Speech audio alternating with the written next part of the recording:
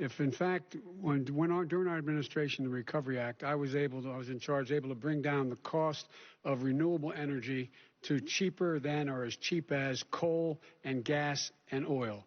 Nobody's going to build another coal-fired plant in America. No one's going to build another oil-fired plant in America.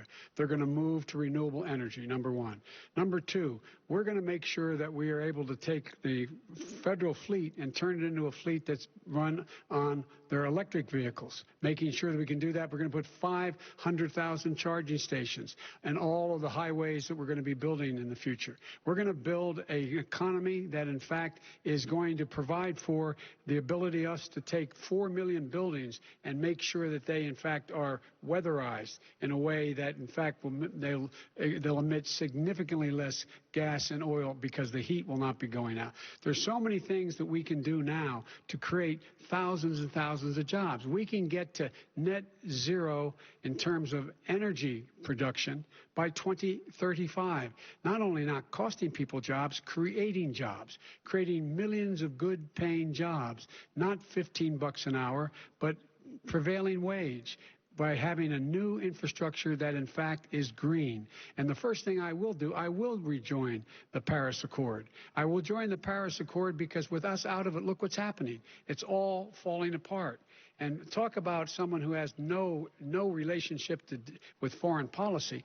Brazil, the rainforests of Brazil are being torn down, are being ripped down. More carbon is absorbed in that rainforest than every bit of carbon that's emitted in the United States.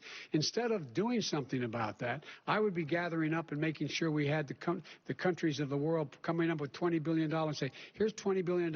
Stop tearing down the forest. And if you don't, then you're going to have significant economic consequences. What about the argument that President Trump basically says that you have to balance environmental interests and economic interests, and he's drawn his line? Well, he hadn't drawn a line. He still, for example, makes sure that he wants to make sure that methane's not a problem. You can now emit more methane without it being a problem. Methane. This is a guy who says that you don't have to have mileage standards for automobiles that exist now. This is a guy who says that, well, the fact is, it's all true. And here's the deal. He's talking about the Green New Deal, and it's not $2 billion or $20 billion, as you said. It's $100 trillion. I'm talking about where they want to rip down buildings and rebuild the building. No, it's the dumbest, most ridiculous. Where airplanes are out of business, where two-car systems are out, where they want to take out the cows too. You know, that's not true either, right? This is a $100 trillion. Look, that's more money than our country could make in 100 years if we're going to the case. All right, let me because I actually, wait a minute, sir. I actually have studied your plan, and it includes upgrading 4 million buildings, weatherizing 2 million homes over 4 years, building 1.5 million energy-efficient homes.